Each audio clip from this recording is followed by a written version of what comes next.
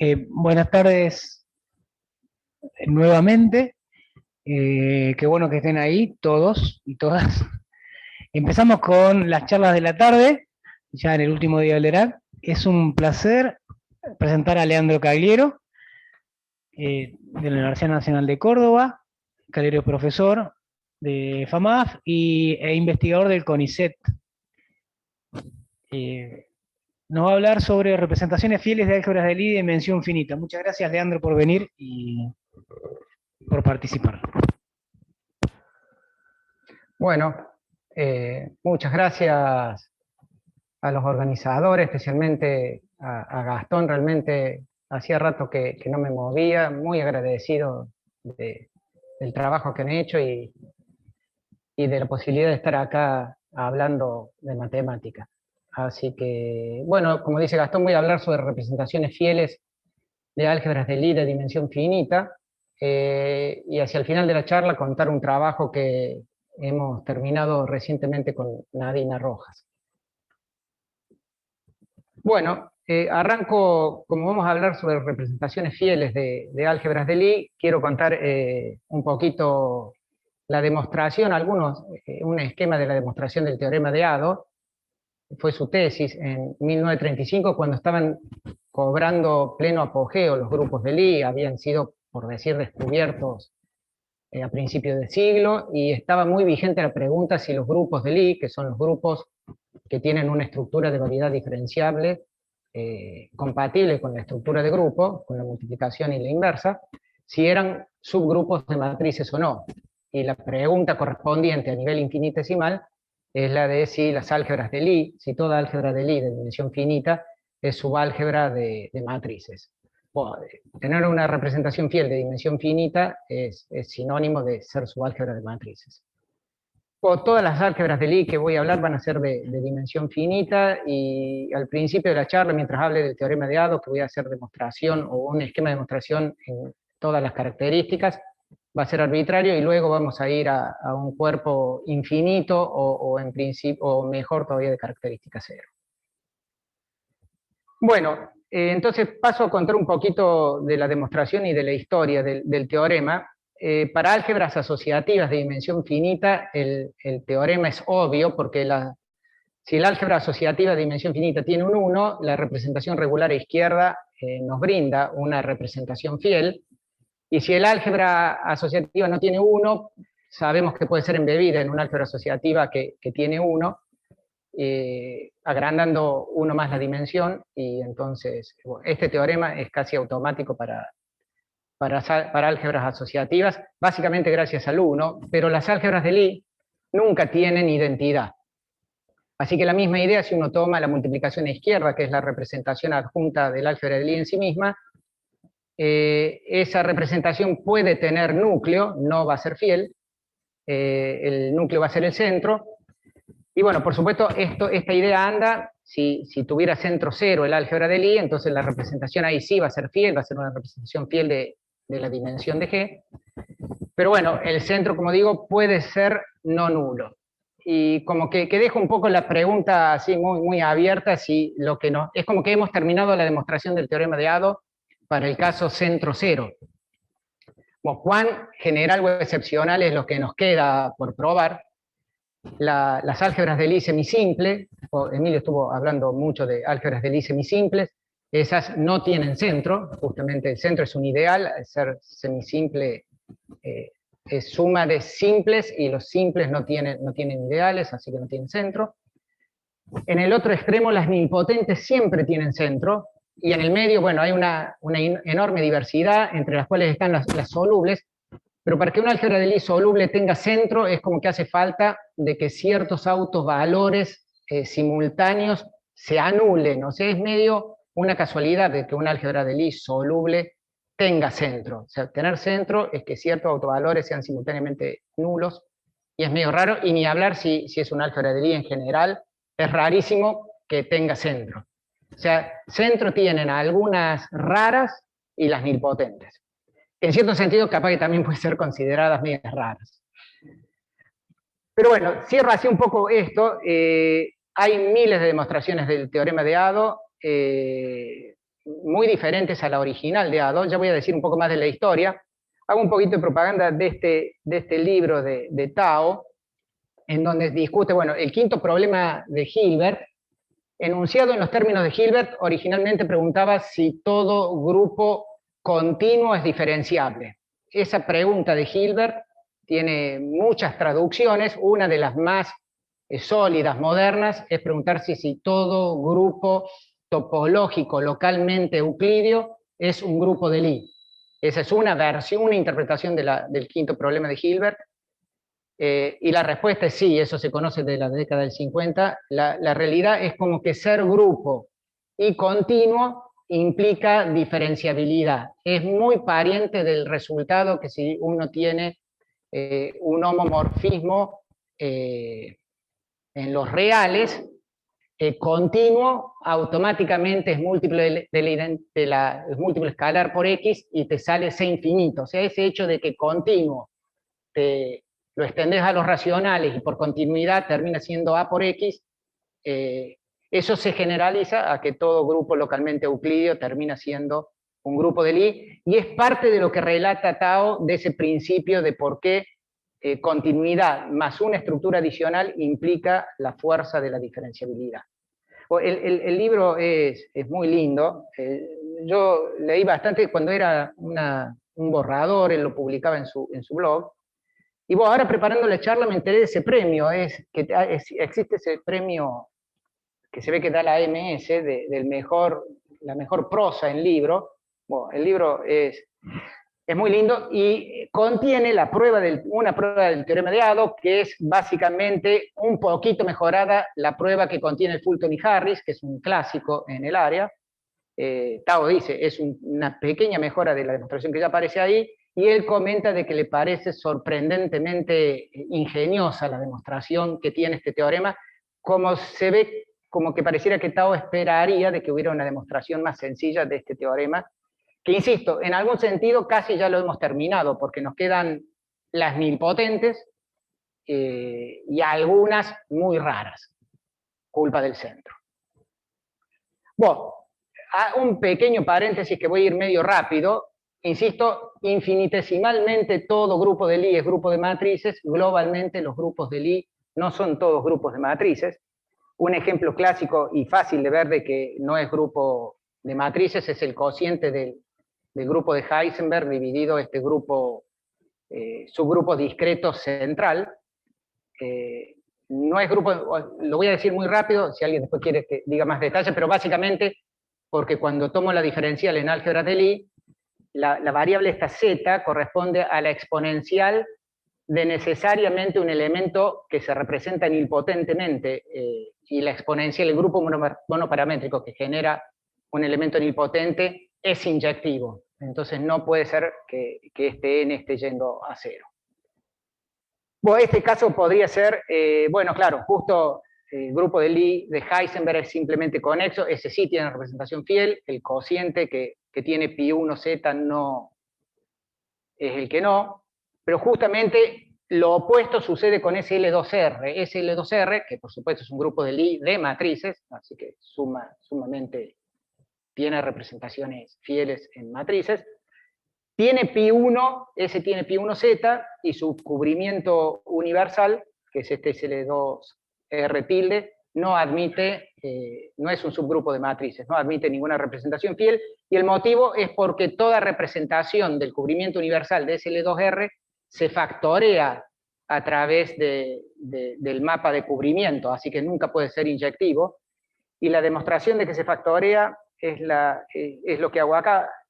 Si uno toma una representación del cubrimiento, uno toma la diferencial y obtiene una representación del álgebra de Lie. Esa representación del álgebra de Lie, SL2R, produce una representación de SL2R. Ya digo un poquito sobre cómo es esa flechita azul que está ahí. ¿Se ve azul? Esa flechita azul. Y bueno, luego,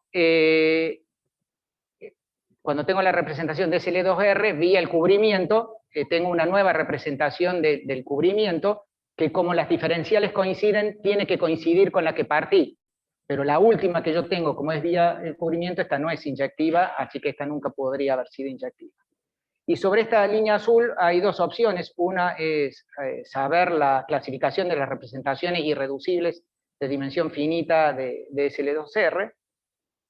Y si uno no la sabe a la clasificación, bueno, el argumento es muy elegante también porque uno toma la representación, aquí parto desde acá, tengo una representación de SL2R, la complexifico, y se produce el milagro que el grupo complejo SL2R sí es simplemente conexo. Así que una representación del álgebra de Lie produce representación de este grupo complejo, del cual SL2R es subgrupo, entonces vía restricción llegué aquí. Bueno, así que estos dos ejemplos muestran de que los grupos de Lie no son grupos de matrices necesariamente, aún en el caso simplemente conexo. Bueno, continúo un poquito con la idea de cómo es la demostración del teorema de Ado. Tanto para característica 0 como para característica P, que es debido a Iwasawa. Una idea que funciona, hay muchas ideas. Voy a contar la que aparece en el Fulton y Harris, la que aparece en el libro de Tao, que es moderna, no es la de Ado. Es bueno, dice, no, sigamos con la idea de multiplicar a izquierda, pero como las álgebras de Lie no tienen unidad, pasemos al álgebra universal envolvente, y entonces ahí sí, multiplicar a izquierda sigue siendo representación del álgebra de Lie, esa es una representación fiel justamente porque el álgebra universal tiene 1, bueno, pero no es de dimensión finita, lo que hay que conseguir es un por Poincaré-Birkhoff-Bit. Obviamente ahora ya hablo de Poincaré-Birkhoff-Bit. Y que es muy fino, claro, la necesidad de Poincaré-Birkhoff-Bit para que esto sea fiel. Que X sea distinto de 0. Bueno, lo que tengo que hacer ahora es conseguir que un cociente de dimensión finita, así que necesito un ideal, y que ese ideal sea de codimensión finita y no corte al álgebra de Lie. Muy bien. Y esto anda muy bien, pero es lo que es sofisticado, es lo que es ingenioso, salvo en dos casos. Uno es el caso nilpotente. Uno es el caso cuando G es nilpotente, lo cual termina de barrer casi todos los casos en donde el centro es no nulo. Quedan excepcionalísimos casos donde el centro es nulo. Y también funciona de manera bastante sencilla cuando la característica es prima. Así que, bueno, justamente es de Birkhoff, 2 años después, para álgebras de Lie nilpotentes, 2 años después de la tesis de Ado, y debido a este artículo es que el teorema de Poincaré-Birkhoff-Bit lleva el nombre de Birkhoff, y al mismo tiempo, para la misma época, aparece un teorema de Bit demostrando otro tipo de cosas, y es por el cual el teorema de Poincaré-Birkhoff-Bit se llamó durante mucho tiempo teorema de Birkhoff-Bit, hasta que se ve que los Bourbaki descubren de que 30, 40 años antes, Poincaré había hecho a través de operadores diferenciables, pero básicamente la cuenta que hay que hacer para ver de que esos monomios son linealmente independientes, y creo que son los Bourbaki los que finalmente le incorporan el nombre de Poincaré en primer lugar al teorema, ex teorema de Birkhoff-Bit. Bueno, ¿cómo es este ideal para álgebras de Lie nilpotentes? Bueno, bueno, acá repetí lo que estamos tratando de hacer. Bueno, uno toma una base adaptada a la serie central descendente, que termina eventualmente en 0, porque eso es ser nilpotente. Definimos la altura de los elementos de la base, empezamos con una base en G y luego la vamos extendiendo, a eso me refiero adaptada, y bueno, indico con la altura el máximo grado en la serie central a la que pertenece. Y después tomamos este ideal, que sería el ideal de monomios de Poincaré-Birkhoff-Bit, que insisto, esta es la demostración de Birkhoff, en un momento en que no existía el teorema de Poincaré-Birkhoff-Bit todavía, ¿no? Bueno, esta es la idea de Birkhoff, que al final termina dándole el nombre a ese teorema, de monomios que tienen altura mayor que la clase de nilpotencia. Bueno, y este ideal termina, bueno, del modo que estamos tomando el ideal, es claro que es de codimensión finita. Lo que no es tan obvio es que no corte a G, pero ahí es donde aparece de que G es nilpotente, y cuando vos vas reacomodando, cuando empezás a hacer ideal generado y empezás a reacomodar, pues eso te puede ir bajando el grado, pero como estás tomando altura alta, nunca vas a llegar al álgebra de Lie. Ese proceso fallaría en álgebras de Lie solubles, por ejemplo. Bueno, y esto es mucho más moderno, haciendo una cuenta, acá se puede estimar la dimensión que va a tener esta representación, y es exponencial en la dimensión del álgebra de Lie. N es la dimensión de esta álgebra de Lie. Bueno, así que esto básicamente, faltan detalles, pero completa la demostración del teorema de Ado para las nilpotentes. Y bueno, y Iwasawa, 13 años más tarde, ahí ya existía el teorema de Poincaré-Birkhoff-Pitt. Bueno, usa la propiedad esta maravillosa que en característica P, A más B a la P, es A a la P más B a la P, para construir una suerte de polinomio, como si fuera polinomio característico, polinomio conductor, que a cada elemento del álgebra de Lie tiene un polinomio que lo conduce al centro del álgebra universal. Ese en verdad es un polinomio que es un P polinomio, es un polinomio en T a la P. Así que el grado de este polinomio es mayor o igual que P.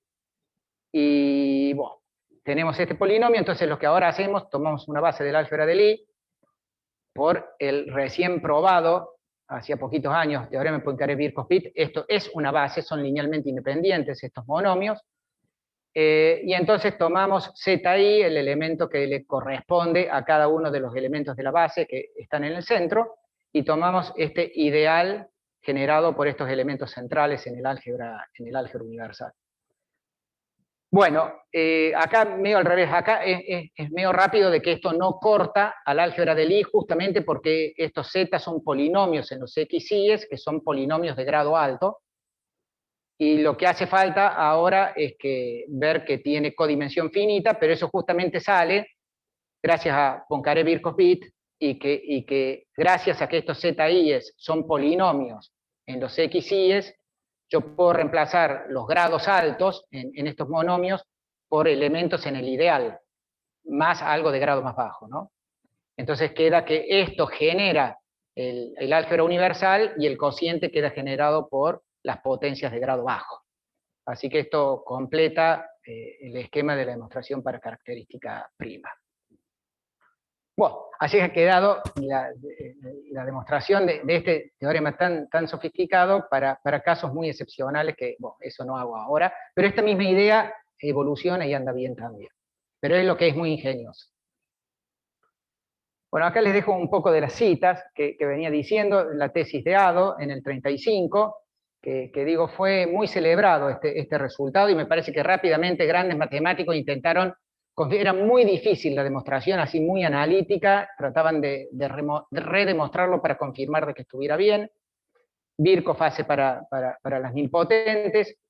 Elie Cartan da una nueva prueba para toda álgebra de Lie, muy poquito después de Birkhoff. Y bastantes años más tarde, bueno, Ado es como que pule su propia prueba, y generalmente cuando citan el teorema de Ado, citan este paper de Ado, que me parece que es mucho más comprensible por todo el mundo, y está pulida la demostración con los nuevos avances, en fin. Sí, exactamente.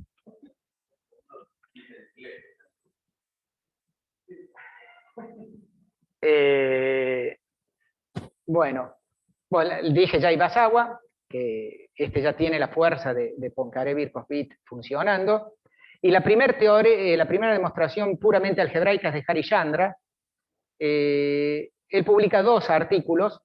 En uno hace la demostración del teorema de Ado puramente algebraica, y en el otro artículo demuestra mucho más que el teorema de Ado, demuestra de que las álgebras de Lie de dimensión finita tienen representaciones fieles que dan no nulo en cualquier monomio del álgebra, en cualquier elemento del álgebra universal. Es decir, las representaciones fieles de dimensión finita de un álgebra de Lie distinguen puntos del álgebra universal envolvente. Ese es el segundo artículo. Y varios años más tarde, Hochschild prueba de que además se le puede exigir a esas representaciones que sean evaluados en los elementos ad nilpotentes, sean nilpotentes. Bueno, esto es como que completa la primera parte de la charla. Gran parte de los datos históricos que estoy contando los saqué acá de una semblanza de Ado. Yo leí la traducción de Burde y Bubarev, y de una tesis de Wolfgang Moens, la mayoría de las cosas que he dicho he sacado combinaciones de estas dos cosas, la parte histórica de ADO. Bueno, paso a contarles ahora un poco sobre representaciones fieles de dimensión mínima. Ahora que sabemos que toda álgebra de Lie tiene una representación fiel, aparece la pregunta de cuáles son cotas para representaciones fieles de álgebras de Lie. Y en la medida de lo posible tratar de encontrar explícitamente el mínimo valor de una representación.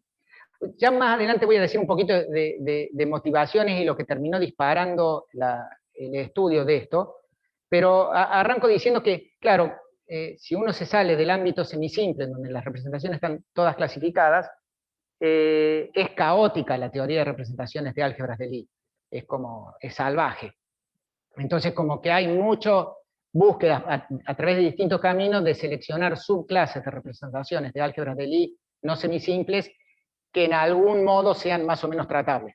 Ahí aparecen estas de dimensión mínima, lo cual le da como un interés en sí mismo, pero de todos modos creo que no es un buen argumento porque al final estas representaciones no son tan tratables como otras clases de representaciones de álgebras de Lie no semisimples.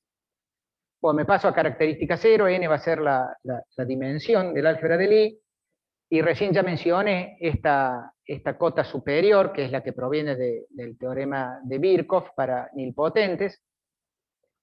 Bueno, esto un poco refinado, aparece este combinatorio cuando uno incorpora la clase de nilpotencia del álgebra de Lie. Bueno, ahí queda un polinomio en n, en la dimensión, en contraste con la exponencialidad que hay genérica, pero más vale que si acá eliminás la c, terminás en el peor de los casos, terminás también exponencial. Y para las álgebras de Lie semisimples, por el teorema del peso máximo, el que estuvo contando hace un rato Emilio, bueno, es claro que todas las álgebras de Lie tienen representaciones fieles de dimensión menor que la dimensión que tiene el álgebra menor o igual, y creo que el único caso en donde se da el igual es con E8. Y bueno, hay una conjetura que no sé a quién atribuírsela, pero todo el mundo habla de la conjetura y de que, ya digo un poquito más, de que hay un polinomio que es polinomial, que mu es polinomial en la dimensión del álgebra de Lie, pero no solo que es polinomial, todos los ejemplos en donde se ha calculado explícitamente el valor de mu insinúa que este polinomio es de grado 1, pero tampoco está desprobado, o sea, no hay ninguna familia de álgebras de Lie cuya dimensión tienda a infinito, en donde el valor de mu se conozca que es mayor que la dimensión de esas álgebras de Lie, mayor que cualquier polinomio lineal en la dimensión de esas álgebras de Lie. Así que esto no se conoce. Es difícil esto porque es como que tenés que encontrar cotas inferiores para mu, lo cual es muy difícil, ¿no es cierto? Un comentario acá: para encontrar cotas superiores, lo que tenés que hacer para una álgebra de Lie o para una familia de álgebra de Lie es tenés que construir explícitamente, el camino más natural es que le encuentres explícitamente representaciones fieles, eso te da cota superior de mu, y lo que es muy difícil es cotas inferiores para mu. Así que eso hace que este problema, encontrar una familia que satisfaga esto, te lo hace muy difícil porque probar esto es lo complicado, ¿no? Bueno, y en particular, si vos querés encontrar valores explícitos de mu, es encontrar cotas inferiores también, y entonces es muy difícil.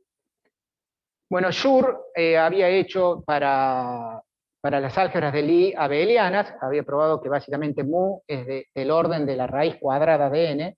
Ahora voy a hacer un poquito la demostración de esto para que se entienda un poquito las técnicas. Hay muchas demostraciones de este de Schur, hasta diría que hay varias ya en el Monthly, aparecen varias demostraciones de esto. Es lindo, pero ninguna es muy fácil.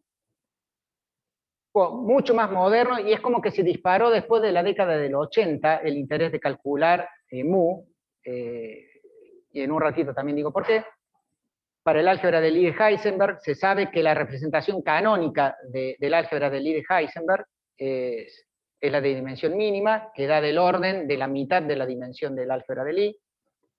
Pues esto fue la tesis doctoral de Nadina, en donde hicimos para las álgebras de corrientes asociadas al álgebra de Heisenberg. siempre que uno tiene un álgebra de Lie y hace producto tensorial con una álgebra asociativa conmutativa, eso da una nueva álgebra de Lie, y calculamos en ese momento cuánto vale mu, y esto es inmensamente más chico que la dimensión del álgebra de Lie, ¿no? Acá ya es un medio para, digamos, cuando el polinomio P tiene grado 1, sería este caso, ya es la mitad de la dimensión, acá es mucho más chica. Bueno, Nadina tiene un par de trabajos más, elegí este en donde estaba hecho ya el valor de mu para todas las álgebras de Lie potentes hasta dimensión 5, hay una clasificación de las álgebras, o ella hizo sobre cualquier cuerpo, y los valores de mu terminan oscilando entre 4 y 6, y por supuesto la clasificación, aprovecho acá para decir de que la pregunta depende mucho del cuerpo en el que estés trabajando, ¿no? Y esta clasificación depende del cuerpo, de los cuerpos, ella hizo... Hay clasificaciones muy buenas, creo que de álgebras de Lie potente hasta dimensión 7, y en dimensión 6 ya hay familias de álgebras no isomorfas. Bueno. Y creo que es de Katz el teorema de Ado para superálgebras de Lie, y bueno, hay varios trabajos también donde calculan el valor de mu para ciertas superálgebras de Lie. Bueno, cité este justamente porque está relacionado con Heisenberg, y vengo hablando de Heisenberg. Bueno, les quiero contar un poquito la demostración de este teorema de Schur, para que se entienda un poquito cómo es la onda. Bueno, vamos a demostrar que mu de una álgebra abeliana es es 2 veces la raíz de su dimensión, y que desde el otro ángulo es como preguntarse, en vez de fijar el n, fija el k, y te preguntas cuál es el máximo subespacio de matrices que conmutan que entran en k por k. O sea, sería como que iguales esto acá, y despejes el n, si despejas el n, esto igualado acá, te da esto, y el problema de mínimo se transforma en máximo. Así que tenés que encontrar la máxima familia conmutativa de matrices que te entren en matrices K por K. No sé si dejar un segundito que alguien... Bueno, acá, como decía recién, acá hay dos cosas por hacer. Primero me tenés que encontrar un subespacio de matrices que tengan esta dimensión, que conmuten, matrices linealmente independientes que conmuten esta cantidad, y por otro lado tenés que ver que lo que me acaba de decir es inagrandable, ¿no? Entonces no sé si alguien ya sabe cuál es la familia, pero se le vence el tiempo, así que... Bueno, acá está el subespacio de matrices que tiene esta dimensión.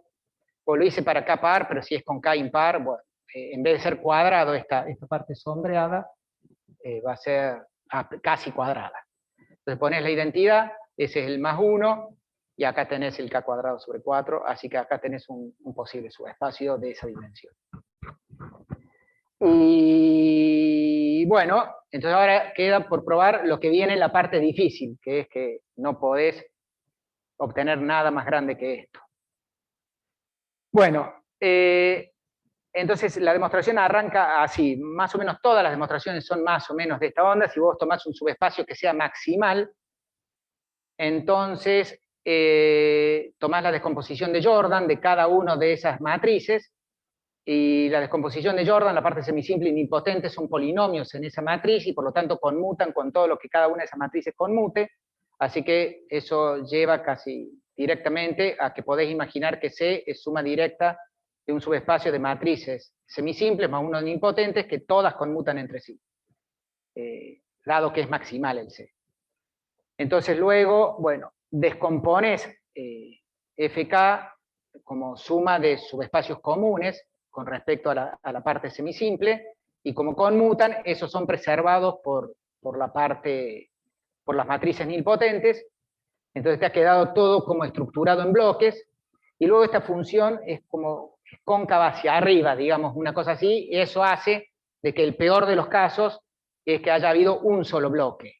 Entonces eso reduce a que en verdad lo que vos tenés es que de entrada esta CS consta de solo la identidad y el resto son todas matrices nilpotentes. Así que esta parte reduce el problema a que si vos tenés ahora una familia, un subespacio de matrices nilpotentes que conmutan, tenés que probar que su dimensión es menor o igual que K cuadrado sobre 4. Bueno, y ahora lo que hay que hacer es básicamente tratar de ver de qué es lo que habíamos dicho antes, pero no es que va a ser lo que vos tenías antes, porque eso no es que sean todas isomorfas a esa o equivalentes a esa, pero lo que sí es hay un cambio de base en donde este rectángulo tiene una copia fiel de C. O sea, si vos miras acá, la proyección de todo C a ese rectángulo sombreado es de la misma dimensión, es isomorfo como espacio vectorial a C. Entonces lo que hay que demostrar ahora es que existe ese cambio de base en donde vas a tener esto, tenés que encontrar el W y el W', y básicamente el esquema es un esquema así de mínimo, máximo. Tenés que tomar un cierto vector B0 y tomás entonces la imagen de C por ese B0 de modo tal que sea máximo, ese va a ser el W', luego tomás el anulador de ese B0 y luego tomás un subespacio U que lo mínimo posible que distinga los puntos del anulador y le agregás el B0 a eso y, bueno, y ahora termina siendo básicamente un ejercicio de álgebra lineal ver que W y W' son disjuntos y que realmente acá hay una copia fiel de C. Bueno, esto más o menos completa la demostración del teorema de Schur. Bueno, vamos ahora un poco al por qué. ¿Cómo es que termina teniendo importancia calcular mu? O encontrar en general algoritmos para encontrar representaciones fieles de dimensión baja. Es famoso el problema de isomorfismos para grupos finitamente presentados. El problema plantea que dado dos presentaciones presentaciones finitas de dos grupos, encontrar un algoritmo que establezca si esos dos grupos son isomorfos o no. Yo no sé tanto el tema, pero diría de que está demostrado ya hace tiempo de que está dentro de los problemas indecidibles, o sea, no puede haber un algoritmo que resuelva eso. Creo que no es que no se conoce, sino que no puede haber estos argumentos así medio diagonales. Creo que prueban de que no puede haber. Puedo estarme equivocando, pero diría de que no. Lo que sí tiene esperanza es de que te restrinjas a cierto tipo de clases de grupos en donde pueda haber algoritmos que decidan si dos grupos son isomorfos o no. Bueno, y es el caso de los grupos nilpotentes finitamente generados sin torsión. Esos se llaman tau grupos. Son muy parientes de las álgebras de Lie, estos grupos. Tienen su versión del teorema de Ado. Todos estos grupos se representan fielmente en matrices con entradas enteras. Es difícil encontrar las representaciones fieles de dimensión baja.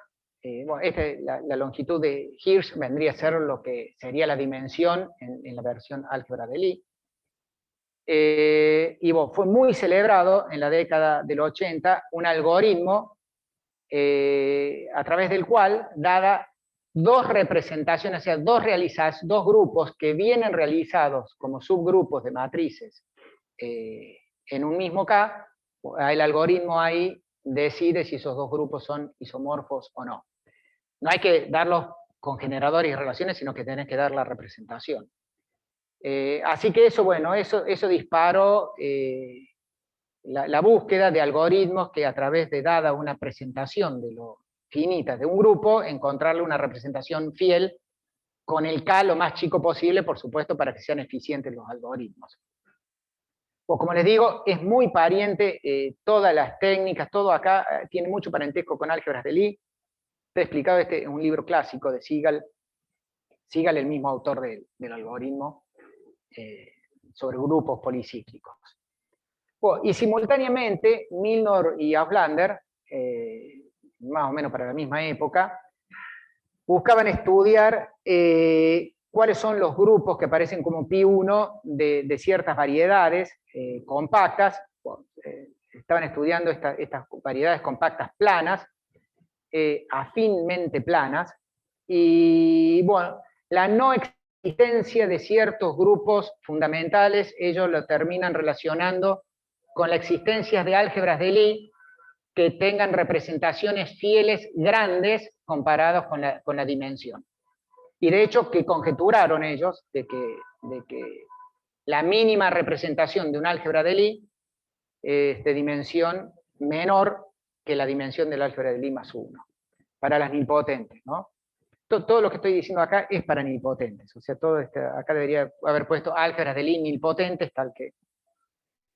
Y 20 años más tarde aparece el primer contraejemplo a la conjetura de Milnor y Blander, en donde encuentran un contraejemplo de una representación de un álgebra de Lie de dimensión 11 que tiene representación fiel de dimensión mínima de dimensión 13. Bueno, esto no quita lo que yo decía hace un rato, este es un ejemplo en donde la dimensión termina siendo 13. Yo digo de que todos creemos de que mu de G es A es menor o igual que A para una constante A fija por la dimensión de G. Bueno, ese A no tiene por qué ser 1, ¿no es cierto? O sea, no hay problema con lo que decíamos de que el polinomio sea lineal. Bueno, así que esto un poco por qué mucha gente se puso a trabajar en esto en ese momento. Bueno, ahora les quiero contar un poquito de lo que hemos hecho con Nadina ahora hace muy poquito.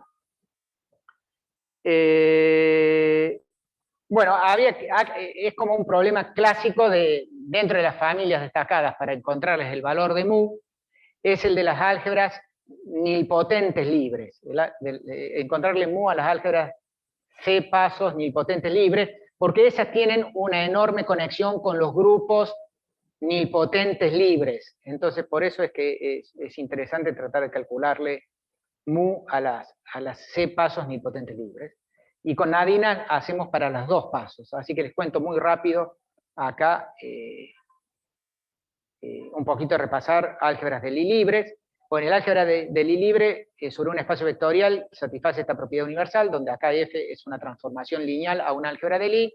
Bueno, esa transformación lineal termina factoriada a través del álgebra libre, como un único homomorfismo de álgebras de Lie.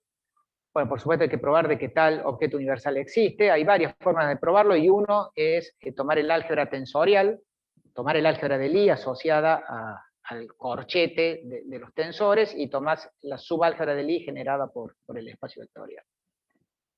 Bueno, y esta es un álgebra que es de dimensión infinita, es básicamente libre en estos corchetes que estoy poniendo acá, donde XY es una base del espacio vectorial en el que partías. Pues este es álgebra de Lie libre. Bueno, toda álgebra de Lie, entonces, es imagen homomórfica del álgebra de Lie libre, y bueno, en particular con las nilpotentes, las álgebras nilpotentes libres van a ser las que tienen esta misma propiedad universal, pero con G, un álgebra de Lie, C pasos nilpotentes, y esa se obtiene haciendo el cociente de la libre dividido el término de grado C más 1 en la serie central descendente. Bueno, termina dando de que las dos pasos nilpotentes, el álgebra de Lie, dos pasos nilpotente libre, es básicamente B más wedge 2 de B, que para explicar luego la tres pasos libre, conviene hablar acá del funtor de Schur, este es el lambda 2, sería el subespacio de Schur de los dos tensores asociados a la partición 1 más 1 igual a 2. Bueno, demasiado gregre acá para decir que el álgebra dos pasos nilpotente termina siendo esta, ¿no? No es tanto gregre para las tres pasos. Para los tres pasos sí hace falta citar de que es la componente en los tres tensores correspondiente a la partición 3 igual a 2 más 1. Bueno, como les decía, con Nadina encontramos el valor mínimo de mu para esta álgebra de Lie. Esta álgebra de Lie tiene una representación canónica. Entre estas, el caso en que B tenga dimensión 2 es el álgebra de Lie de Heisenberg, ¿no? El álgebra de Lie de Heisenberg de dimensión 3. Que yo había dicho, recién tenía una representación canónica. Bueno, todas estas libres. Acá fíjense que cambié B por F a la R para que me aparezca el parámetro R. Tiene esta representación canónica que la convierte en el radical. Acá está mal que diga subálgebra parabólica, en realidad es el nil radical de una subálgebra parabólica de esta álgebra simple, debería decir nil radical de una subálgebra parabólica.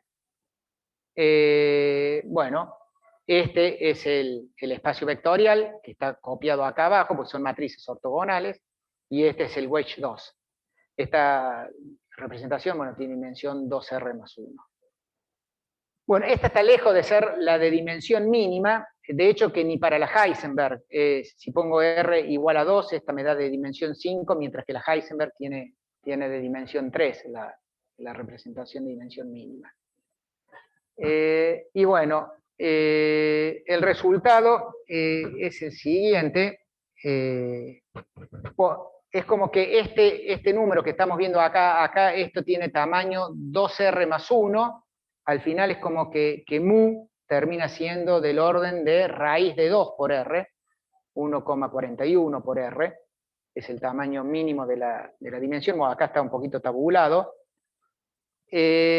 Y bueno, como le iba a decir, les voy a contar muy poquito, porque la demostración termina siendo bastante técnica, y tiene las dos cosas. Una es encontrar representación fiel de este tamaño, y la otra es demostrar de que no podés hacer más chico que esto. Bueno, les cuento un poco.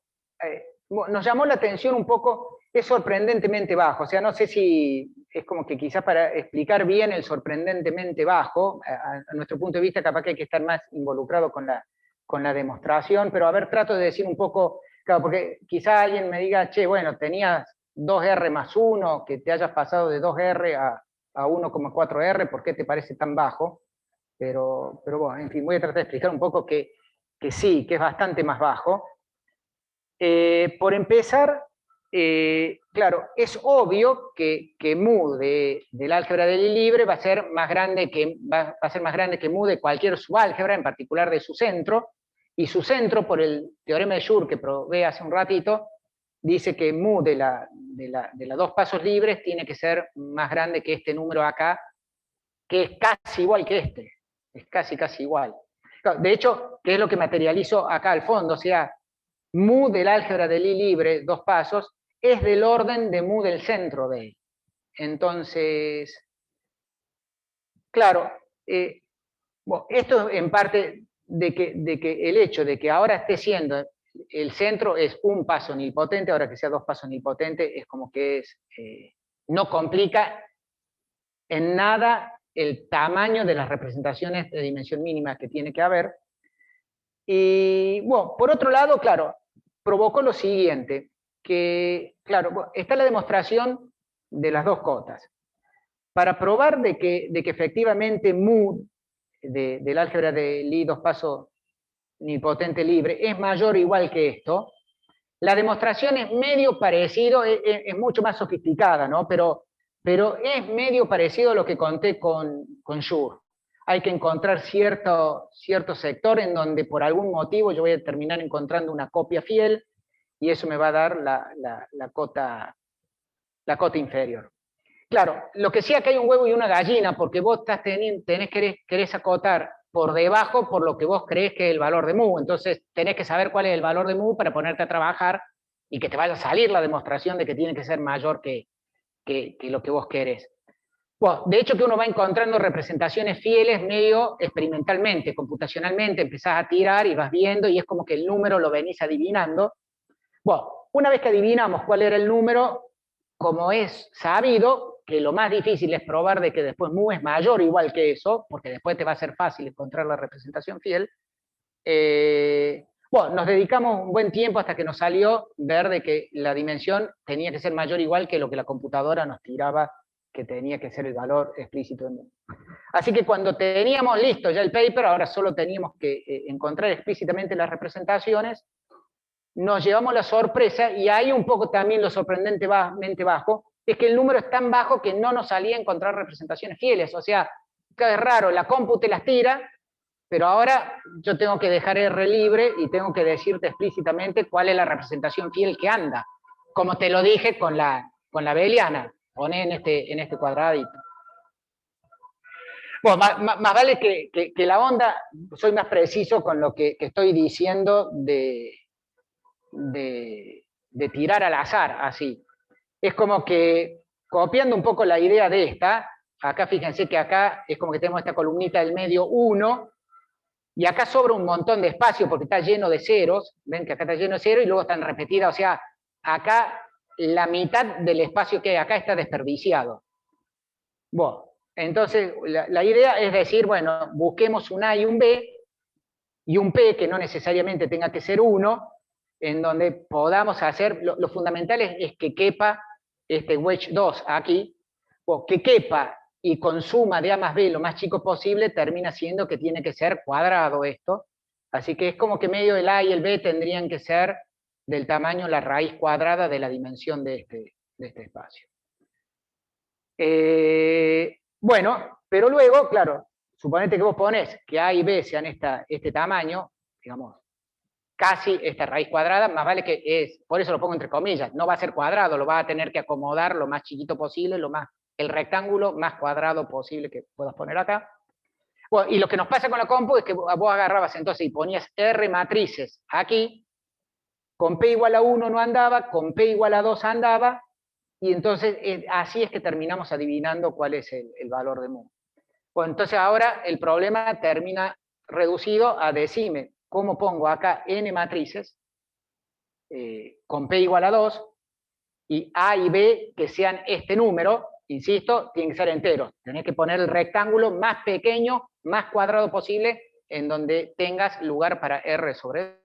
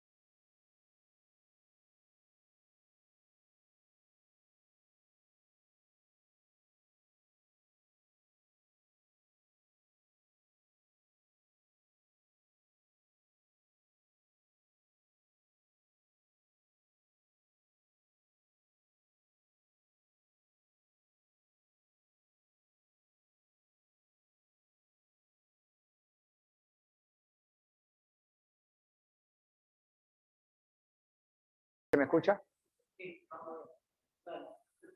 Pues no sé dónde. Bueno. Bueno, les decía entonces, me había quedado en que encontrar representación fiel es que encuentres una familia, una lista de matrices, R matrices. Acá el tamaño, insisto, es P igual a 2, o sea, estas columnitas son de ancho o altura 2. Y luego A y B son casi iguales entre sí, de modo tal que A por B sea mayor que R en 2, que el combinatorio R en 2. Y lo que tienen que conseguir es que sean linealmente independientes sus corchetes. Claro, el punto que está sucediendo acá es que A y B son tan pequeños que entra con lo justo que estos sean todos linealmente independientes. Bueno, y renegamos mucho buscando cuáles son las matrices, y la realidad es que finalmente no nos salió nunca encontrar las matrices, Y terminamos yendo por otro camino en donde, con un argumento inductivo bastante rebuscado, terminamos probando por inducción, y una inducción rara acá, porque es como que hay que hacer una inducción en el N, en el R, en el A, en el B, para probar de que era verdad lo que nos muestra la compu, de que pone cualquier lista de matrices acá y te da linealmente independiente, pero cualquier lista, salvo la que a vos se te ocurre que son... Claro, porque a la hora de que vos... Digo, ¿cómo puede ser de que esto sea abierto y cada vez que vos tomás un punto lo tomás justo en el complemento de un abierto Zariski? No sé explicarte muy bien. Pero es cierto de que lo que sucede es que necesitas que las X1, o sea, las AIs y las BIs, sean lo suficientemente decentes como para que cuando vos hagas el corchete, te den más o menos decente y te salga la demostración de que son linealmente independientes. Entonces, si vos agarrás y las tirás al azar, bueno, no te va a salir tan fácil de que son linealmente independientes. Entonces, apenas las empezás a poner un poquito prolijas, de modo tal que controles cuánto dan los corchetes, son linealmente dependientes. ¿Que las cosas son LI? Sí. ¿Cómo pruebo acá que son LI? Bueno, insisto, una opción es la que fuera tipo álgebra lineal básico, o sea, que ahí necesitas que los AIs y los BIs sean suficientemente decentes de modo tal que los corchetes, apenas los AIs y los BIs son un poquito complicados, los corchetes son sucios, y no es fácil, te queda una matriz gigantesca para programar. Por eso necesitaría que los AIs y BIs sean sencillitos, y ahí sí o sí caes en el complemento de este Zariski. Bueno, o sea, lo que terminamos haciendo es probar por inducción de que esto es abierto. Entonces, ¿cómo terminamos probando que esto es abierto? Es como que deformamos estos conjuntos a unos conjuntos un poco más amplios, en que no es lo central probar de que son linealmente independientes, es otra condición, pero que además nos permitía hacer el paso inductivo, porque acá hacer el paso inductivo es muy sofisticado, porque como te digo, el A y el B están armando casi un cuadrado. Cuando vos decís, me voy a A más 1, ese A más 1 ya no te va a andar porque no queda, ya es demasiado rectangular, es más rectangular de lo que vos lo querés. Entonces no es que vos decís, lo pruebo para A y B y ahora lo hago para A más 1. Es como que eso no anda porque es falso para A más 1. Bueno.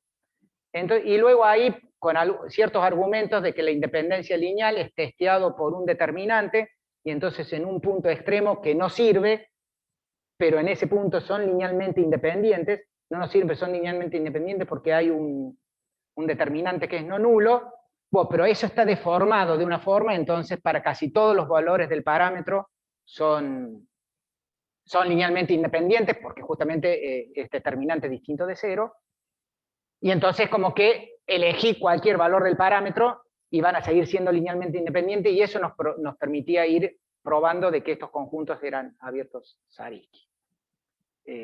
Por inducción. Muy sofisticado, o sea, al final es como que terminamos orgullosos de la prueba, pero la prueba realmente es muy, muy ingeniosa, y como les digo, bueno, después de publicado es como que seguimos, porque la onda acá, hicimos varios experimentos computacionalmente, y sigue siendo verdadero este teorema para las 3, para las 4 pasos, yo diría que para las C pasos libres, mu del álgebra de Lie, C pasos nilpotente libre, el mu es del orden del centro. Lo que tenés que hacer es dividir, no acá en 3 columnas y 3 filas, sino que vas a tener que dividir en C más 1 y C más 1, coloca el centro. Y una vez que coloques el centro, agranda un poquitito más, y al azar va a andar. Esa sería la conjetura, y de hecho que la hemos verificado, y dan representaciones de dimensión mínima para las demás, todas que cumplen esto, ¿no? O sea, acá tendrías que poner C, y bueno, el centro de esa, el último pedazo es el que es crucial. Bueno, terminado eso, un poco, la demostración inductiva nuestra era muy elaborada como para hacerlo en 3 pasos, así que realmente es como que nos dijimos, encontremos, bueno, ya está listo, hemos terminado este trabajo, volvamos sin la presión de tener que terminar a encontrar estos X, y seguimos sin encontrar O sea, es increíble. Es un abierto Zariski en donde cada vez que elijo un punto que a mí me gusta, lo elijo en los ceros del polinomio. Que... Eso.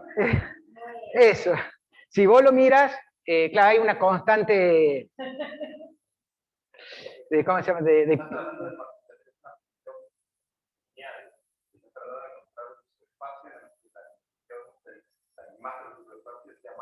Eso.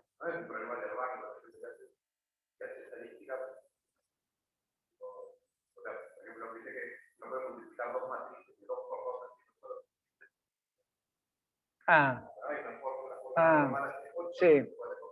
Sí.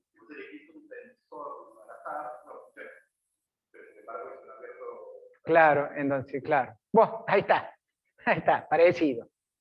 Bueno, es insólito, así que el que tenga ganas o sea, parece un ejercicio de olimpiada de cima, ¿no? Encontrar, te doy el tamaño, para cada R te voy a decir quién es el A y el B. El A y el B es bien, o sea, concretamente el A, para terminar de decirlo muy concretamente al problema. Toma R, toma el número triangular R en 2, y ahora tenés que tomar A y B lo más parecido posible, tal que A por B sea mayor que eso. Y entonces toma P igual a 2 y encontrá R matrices aquí, de modo tal que sus corchetes sean linealmente independientes.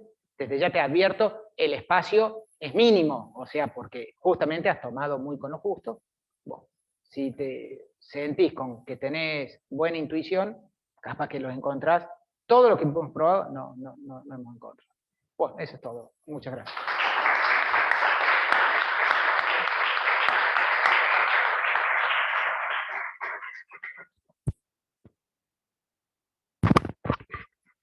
¿Alguna pregunta o comentario? Ahí va, para María. Una de las pruebas del teorema de Ado para el caso nipotente es una inducción sobre la serie de composición, ¿no? Sí. ¿No? Entonces, empezás con la parte difícil, es representar el centro fiel, y después haces extensión por extensión. Claro, sí. Claro. Pero digamos, el problema es que tenés que extenderlo, ¿no? Claro. No, pero no lo interrumpo. O sea, sí, totalmente. Y eso si para lo haces para el caso libre, eso no te permite, eso de que la dimensión está toda concentrada en el centro, por ahí es... No anda. Hay una muy reciente demostración en donde hacen muy óptimamente eso, pero no, porque es como que, por supuesto, ahí la preocupación que vos estás teniendo es lograr la fidelidad y cueste el espacio que cueste. Entonces, como que es cierto, tomaste representación del centro y ahora la onda ahí es me agrando lo suficiente como para que pueda pasar al próximo paso y me agrando lo suficiente. O sea, no hay el más mínimo cuidado ahí de tener en cuenta. O sea, lo que quiero decir, o sea, es sí y no la respuesta tuya, porque al final la respuesta fue sí a lo tuyo, porque eso es lo que terminan dando, pero es no. Fíjate cómo hicieron en esa demostración, que ahí te va a inspirar cómo hacer, porque no.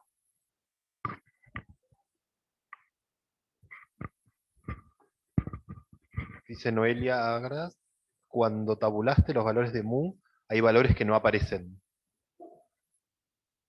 Y la pregunta es, ¿alguna conjetura sobre esos valores que no aparecen? Valores de mu. Sí, pará. No estoy seguro, o sea, me comí en el primer renglón, 2, 3, 4. En el segundo renglón, más vale, o sea, son la imagen de esta función, ¿no es cierto? Al principio es 2R menos 1, hasta el 5 va 2R menos 1. Y luego empieza esta raíz cuadrada, ¿no? No raíz cuadrada, me corrijo. O sea, lo que está abajo es básicamente 1,41 por R. No estoy seguro de que le esté contestando lo que...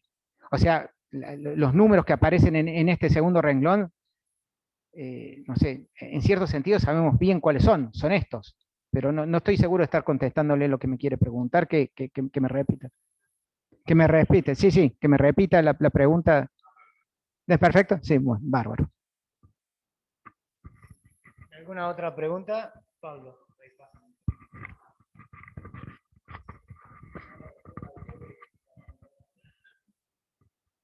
Me quedó la duda de, vos mostraste una descomposición de las álgebras universales nilpotentes en términos de polinomio de funtores de Schur.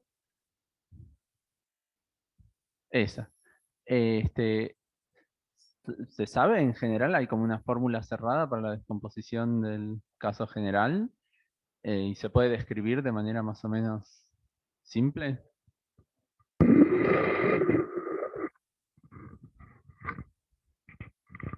Sí, la respuesta se sabe perfecto cómo continúa cambiando el 3 por cualquier C. Rápidamente deja de ser un único módulo de Schur lo que aparece, ¿no? O sea, aquí han aparecido un único módulo de Schur, luego empiezan a aparecer más, y que están descriptos y son estas Lyndon bases, se sabe muy bien cuál es bien la base, cuáles son los, porque eso está en el lenguaje de las representaciones de GLDB, bueno, se sabe muy bien la descomposición como GLB módulo, y en particular la dimensión es una fórmula así que contiene la función de Möbius, se sabe todo lo básico muy bien, o sea, nunca uno puede decir que se sabe todo, porque todo nunca se sabe, pero las preguntas básicas sobre cómo son estas álgebras, sí, uno tiene muy explícito cómo son.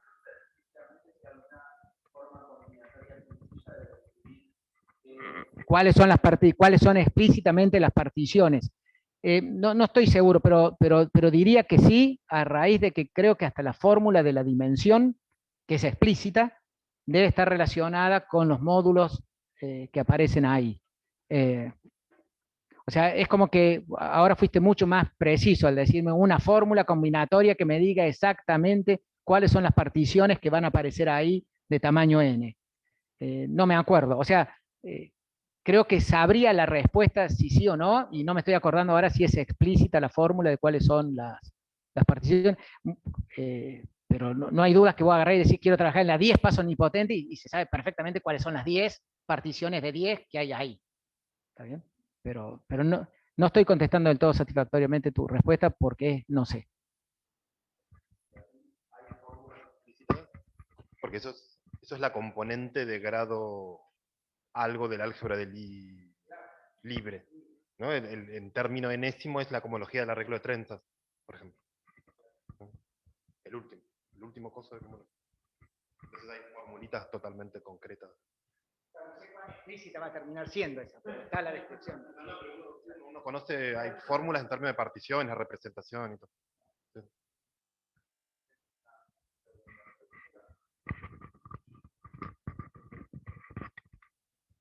Acá, cuando, o sea, lo que contaste es que fijaron el C igual a 2 y variaron el B, ¿no? Y lo hicieron crecer. ¿Alguna vez probaron hacer al revés, fijar el B y hacer crecer el C? ¿Y se sabe algo por ese lado?